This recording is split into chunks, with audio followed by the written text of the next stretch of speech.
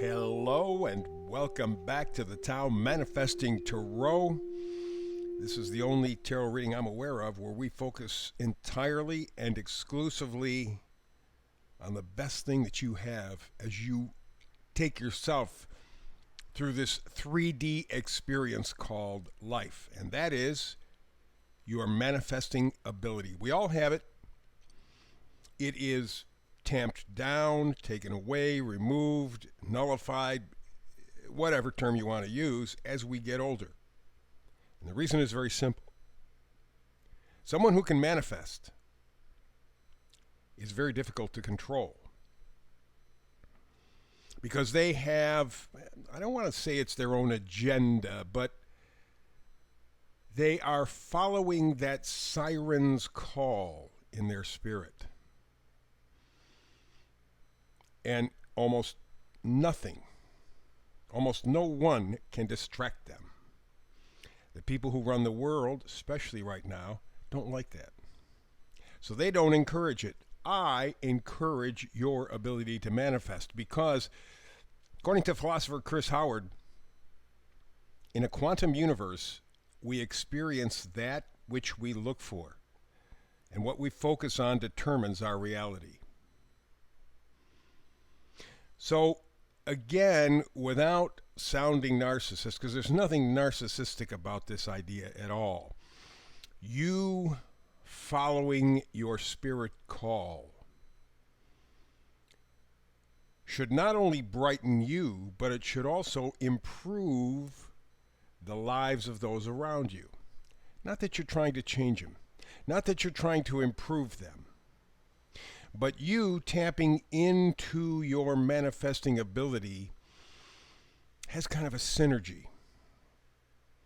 And it helps to bring out the best in those around you. Right now, you take a look at the planet, there ain't a whole lot of people who are working on that kind of synergy.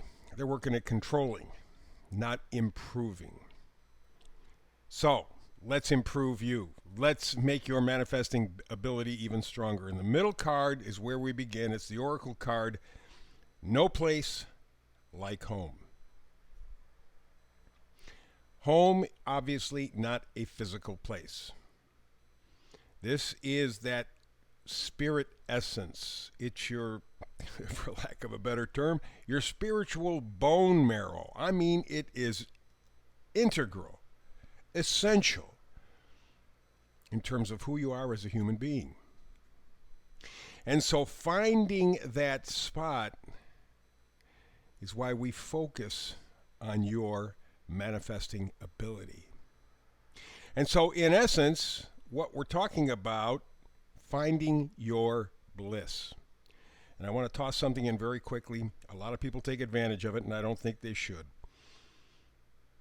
They intimate that you can find your bliss and stay in a blissful state. Life ain't that. Life is not that. Life is a jigsaw puzzle. The parts and pieces all fit together, and sometimes they don't quite make it. If you even have an image, a vision of your bliss, you're way ahead of the game. Most people don't have anything like that. And you realize that bliss comes and goes. It may be just a moment. It may be just a quick, it's gone. It's okay. You were aware of it. You were conscious of it. It felt great. It's that touching, making connection with the universe. So you can get a blissful moment that lasts a split second. If you're lucky, maybe several minutes. Maybe even more on rare occasions, but realize it is an effort, and it's supposed to be an effort. Life is about choice, and as Chris Howard's quote at the beginning was, in a quantum universe, we experience that which we look for, and we focus on things which determine our reality. It's up to us, and that's why this is so important. So the main message here, there's no place like home, looking for your bliss. And you do that with manifesting. And again, don't expect it to park and sit outside for the rest of your life. Ain't going to happen. But at least you will have made connection and you can tap in and out of it. Not necessarily at will, but fairly often. Right now, however, that's not the case. We go all the way to the left in the card reading, Nine of Swords. Nine of Swords, this is mental hell. Nine of Swords, nightmares, grief, despair, distress, desolation. This is the getting up in the middle of the night, the coulda, shoulda, wouldas. Geez, if I just, if you didn't.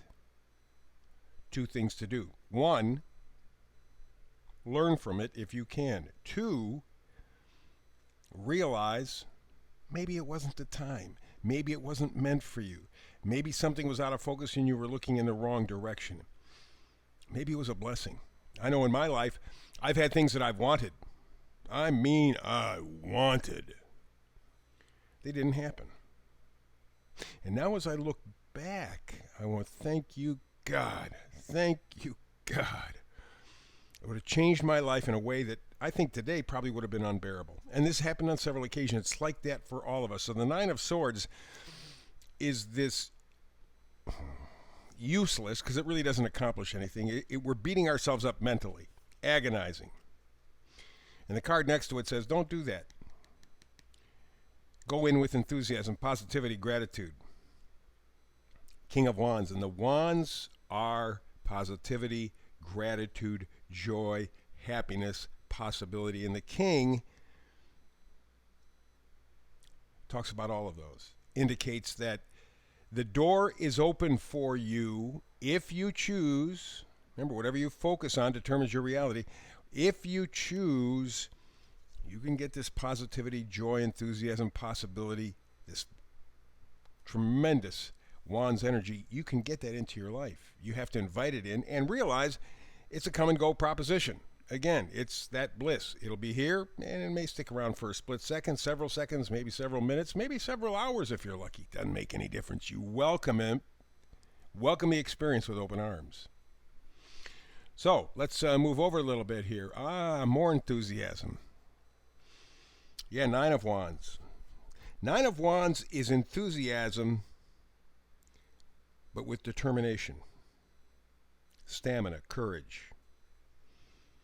Persisting with your dream in spite of the setbacks, in spite of what other people tell you, in spite of what other situations or conditions are like, in spite of all the negativity around you. Remember, we experience that which we look for.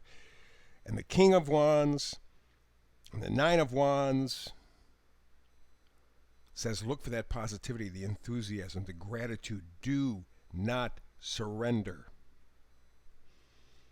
You could think of it, I guess, as some sort of protective tool.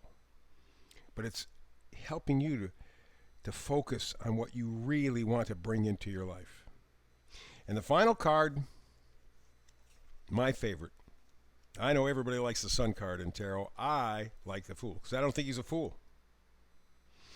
Many times through the history of mankind, you've had people called fools who turned out to be visionaries. People around them didn't get it. They're not on the same vibe. They're not capable of seeing the same elements at the same frequency, so they can't see it, so it looks foolish to them.